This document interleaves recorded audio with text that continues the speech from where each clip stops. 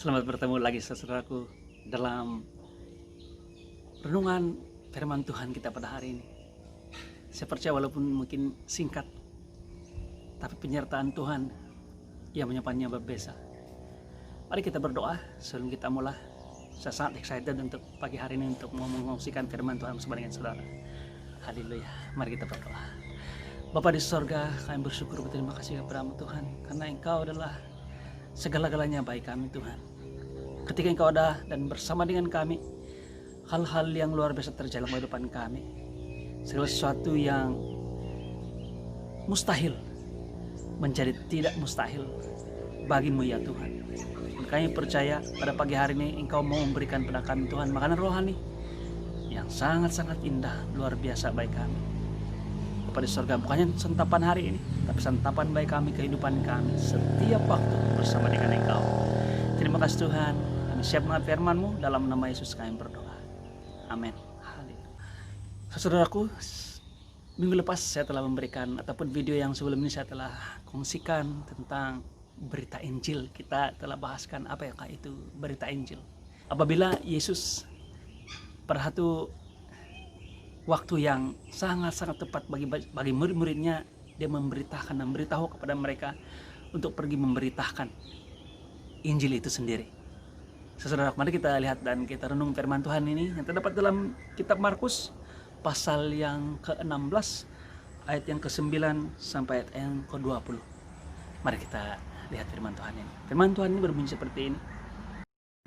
Setelah Yesus bangkit pagi-pagi pada hari pertama minggu itu, ia mula-mula menampakkan dirinya kepada Maria Magdalena. Daripadanya Yesus pernah mengusir 7 setan. Lalu perempuan itu pergi memberitahukannya kepada mereka yang selalu mengiringi Yesus, dan yang pada waktu itu sedang berkabung dan menangis. Tapi ketika mereka mendengar bahwa Yesus hidup dan telah dilihat olehnya, mereka tidak percaya. Sesudah itu ia menampakkan diri dalam rupa yang lain kepada 2 orang dari mereka, ketika keduanya dalam perjalanan ke luar kota. Lalu kembalilah mereka dan memberitahukannya kepada teman-teman yang lain. Tapi kepada mereka pun teman-teman itu tidak percaya. Akhirnya ia menampakkan diri kepada ke-11 orang itu ketika mereka sedang makan. Dan ia mencelah ketidakpercayaan dan kedegilan hati mereka. Oleh karena mereka tidak percaya kepada orang-orang yang telah melihat dia sesudah kebangkitannya. Lalu ia berkata kepada mereka, "Pergilah ke seluruh dunia. Beritakanlah Injil kepada segala makhluk. Siapa yang percaya dan dibaptis akan diselamatkan, tetapi siapa yang tidak percaya akan dihukum. Tanda-tanda ini akan menyertai orang-orang yang percaya. Mereka akan mengusir setan-setan demi namaku. Mereka akan berbicara dalam bahasa-bahasa yang baru bagi mereka. Mereka akan memegang ular, dan sekalipun mereka minum racun maut, mereka tidak akan mendapat celaka. Mereka akan meletakkan tangannya ke atas orang sakit, dan orang itu akan sembuh." Sesudah Tuhan Yesus berbicara demikian kepada mereka, terangkatlah ia ke sorga, lalu duduk di sebelah kanan Allah. Mereka pun pergilah memberitakan Injil ke seluruh penjuru, dan Tuhan turut bekerja dan meneguhkan firman itu dengan tanda-tanda yang menyertainya. Haleluya. Kita sudah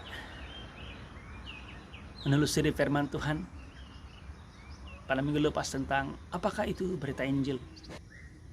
Yaitu berita Injil adalah Yesus hadir di situ. Ketika Yesus pergi dari satu tempat ke satu tempat, dan dimanapun dia berada, jika di situ ada masalah, ada isu, ada problem, malah ada penyakit, malah juga kematian, di situ bisa terjadi. Karena hanya satu hal saja, yaitu Yesus hadir di situ. Haleluya. Pada hari ini saya mau kita melihat bukan hanya tentang pemberitaan Injil, tetapi pemberita Injil itu sendiri. Nah, kita lihat dalam perikop firman Tuhan yang kita baca pada hari ini, pada awal kebangkitan Kristus, Dia telah memperlihatkan dirinya pertama-tama kepada seorang wanita yang bernama Magdalena. Dan ditegaskan dalam firman Tuhan ini, dalam Markus, firman Tuhan mengatakan bahwa daripadanya Yesus pernah mengusir 7 setan.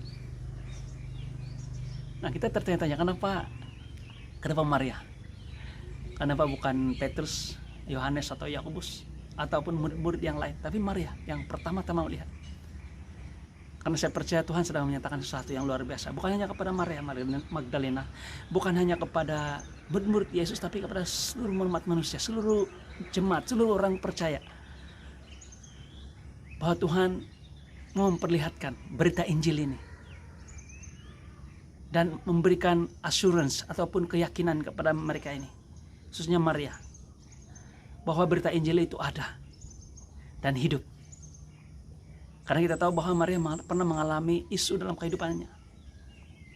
Ada 7 setan yang menguasai kehidupan dia. Tapi ketika Yesus ada dan bersama dengan dia, atau Yesus berada di mana Maria berada pada ketika itu, dia mengalami pembebasan yang luar biasa. Dan Yesus menegaskan, saya percaya, dia tegaskan kepada Anda dan saya pada hari ini, bahwa jika Tuhan pernah melakukan hal-hal yang luar biasa dalam kehidupan kita, pada satu ketika Tuhan tetap dan terus dan sentiasa melaksanakan hal-hal tersebut dalam kehidupan kita, biarpun sampai saat ini. Karena hanya satu hal, berita Injil ini sudah bangkit. Kebangkitan berbicara tentang kemenangan. Haleluya, luar biasa. Nah, ada satu yang istimewa terjadi dalam perikop firman Tuhan, ataupun peristiwa dalam perikop firman Tuhan diceritakan oleh Markus, yaitu ketidakpercayaan. Ketidakpercayaan yang berlaku ialah apabila Maria sendiri menyampaikan berita Injil ini. Saya katakan berita Injil, tentang itu berita kebangkitan Kristus Yesus, yaitu kepada murid-murid Yesus. Mereka tidak percaya.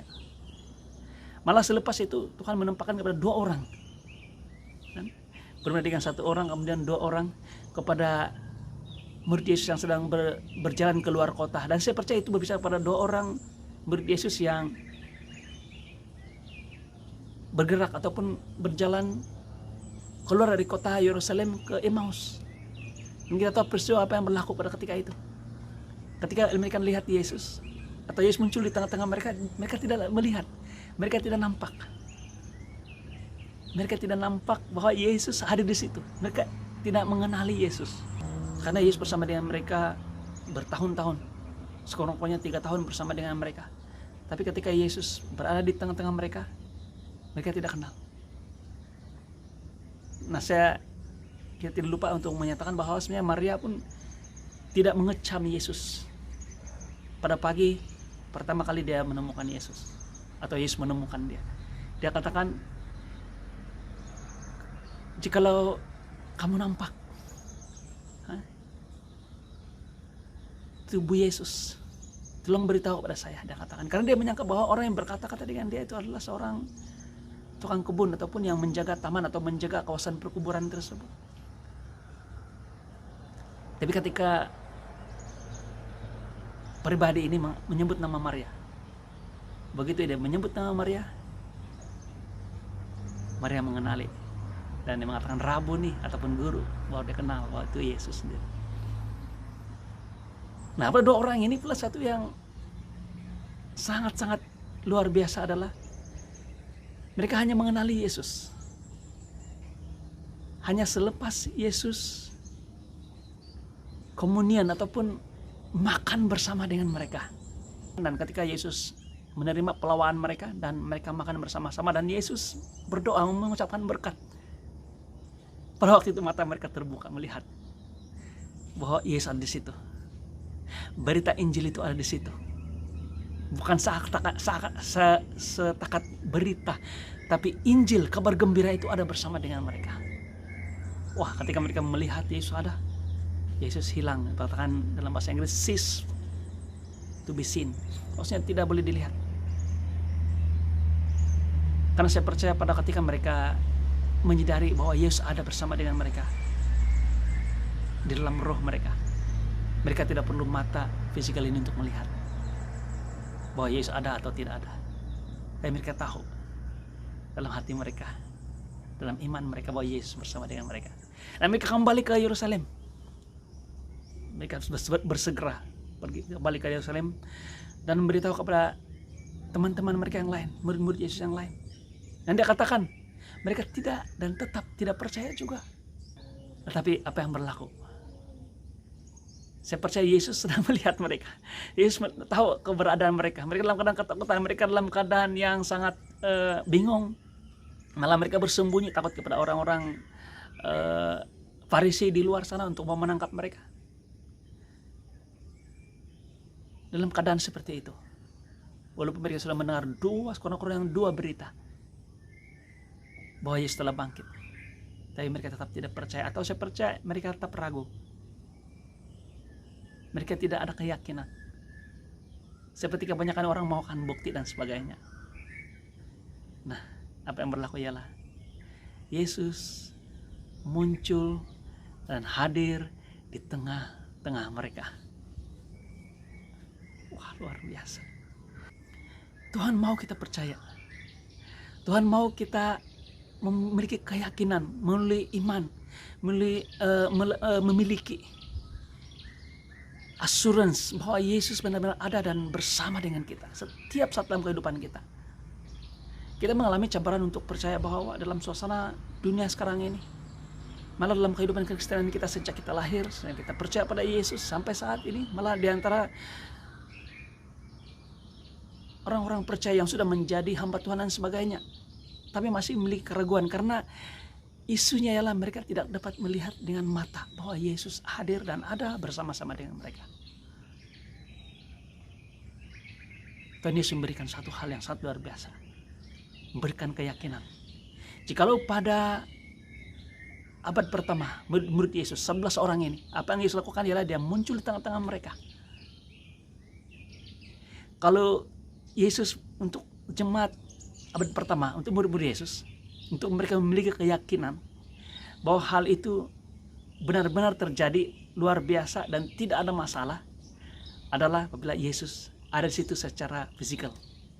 Karena mereka telah melihat dalam masa 3,5 tahun pelayanan Yesus, di mana Yesus berada, di situ mukjizat terjadi, hal-hal yang mustahil menjadi tidak mustahil,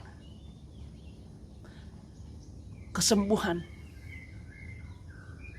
malah mukjizat, hal-hal yang tidak pernah dilihat oleh mata dan tidak pernah dipikirkan, tidak logik dan tidak rasional, boleh Tuhan laksanakan hanya karena Yesus ada di situ.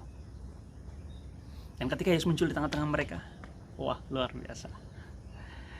Mereka katakan, haleluya, kalau memang Yesus ada dan ada di tengah-tengah kita dan dia sudah bangkit,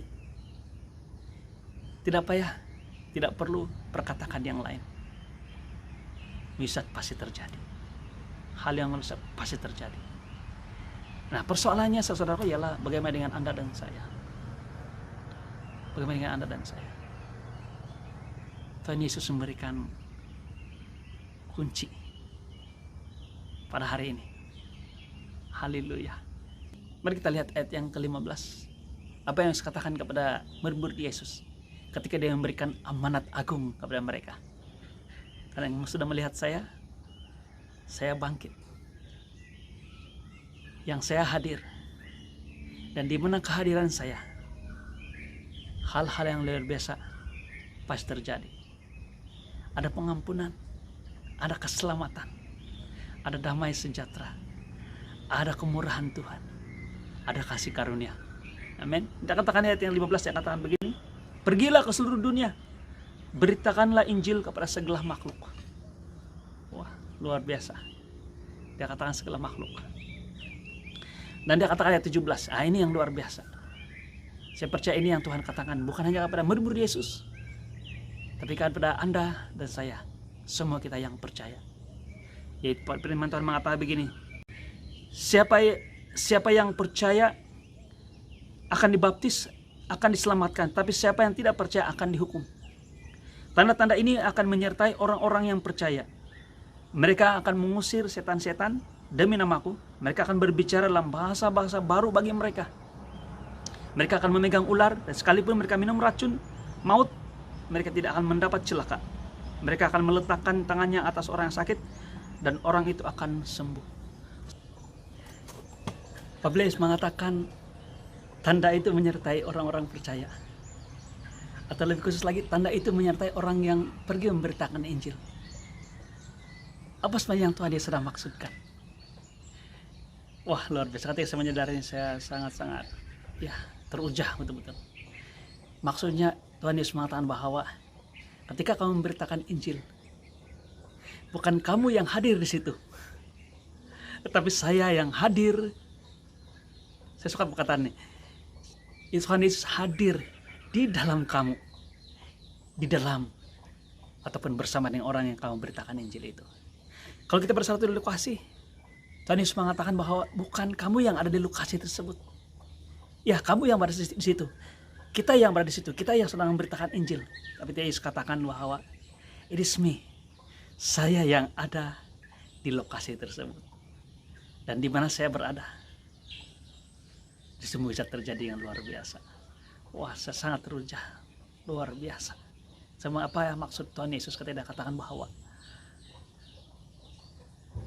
tanda-tanda itu menyertai orang-orang yang memberitakan Injil. Tetapi juga dia katakan tanda itu menyertai kepada orang yang percaya. Ketika kita mengkongsikan bahwa Yesus ada bersama dengan kita. Ketika kita mengkongsikan kepada orang yang belum percaya, kita katakan jika Yesus bersama denganmu, hal-hal yang luar biasa terjadi dalam kehidupanmu. Ini yang Tuhan janjikan akan terjadi dalam kehidupan kita. Dia katakan di sini, tanda-tanda ini akan menyertai orang-orang yang percaya, yaitu Immanuel, Tuhan berserta kita. Dan ketika kita menerima Yesus sebagai Tuhan dan Selamat pribadi kita, kita percaya bahwa Dia adalah berita gembira untuk Anda dan saya. Dia hadir, Dia ada. Ketika kita menerima Yesus, Dia berada dalam kehidupan kita, Dia masuk dalam kehidupan kita, malah bersekutu dalam kehidupan kita, tinggal dalam kita. Hal-hal yang lebih terjadi dalam kehidupan kita. Just by believing, hanya dengan percaya. Percaya apa? Bahwa Yesus ada dan sentiasa bersama dengan Anda dan saya. Pada pagi hari ini, Tuhan katakan, ketika kita memberitakan Injil, bukannya kita sedar, tapi ketika kita memberitakan Injil. Nah, mungkin pada diri Anda sendiri, kita katakan, diriku, sadarlah bahwa Yesus berserta dengan engkau. Injil bersama denganmu. Berita gembira itu ada bersama denganmu. Damai sejahtera itu ada bersama denganmu. Yesus ada bersama denganmu. Malah di dalammu. Ketika kita percaya, bisa terjadi. Demikian kita angkat kaki dan berjalan dan pergi memberitahu kepada orang sekeliling kita bahwa Tuhan adalah jawaban dalam seluruh masalah dan segala isu dalam kehidupan dalam dunia ini. Tuhan menyatakan bahwa tanda-tanda ini menyertai orang-orang yang percaya. Mukjizat. Wow, luar biasa. Mari kita berdoa, saudara. Bapa di sorga, kami bersyukur pada pagi hari ini karena Engkau telah berikan kami firman insight yang sangat luar biasa. Baik kami untuk melihat berita Injil, pemberitaan Injil, dan bagaimana penyertaan-Mu yang luar biasa dalam kehidupan kami, ya Tuhan. Engkau ada di tengah-tengah kami, itu sudah cukup. Tapi ketika kami memberitakan Injil, kami memberitakan apa yang kami percaya, bahwa bila Yesus ada, hal-hal yang lebih luar biasa terjadi. Tanda-tanda itu menyertai kami. Itu tanda-tanda mukjizat kuasa Tuhan. Bahwa Tuhan hadir di situ bersama dengan kami. Akan terjadi dalam kehidupan kami. Terima kasih Bapa di sorga.